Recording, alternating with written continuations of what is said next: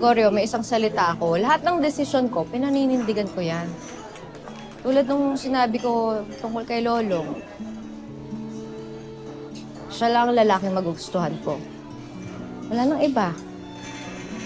Paninindigan ko yun.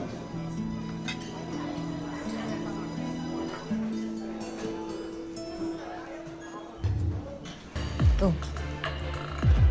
Ito yung tsura mo. Wala. Bigla lang ako nagselos kay Lolong. Akala ko kasi... pag-asa tayo.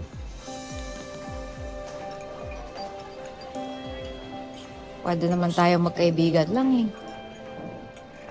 Tulad nung bata pa tayo. Ayaw ba yun?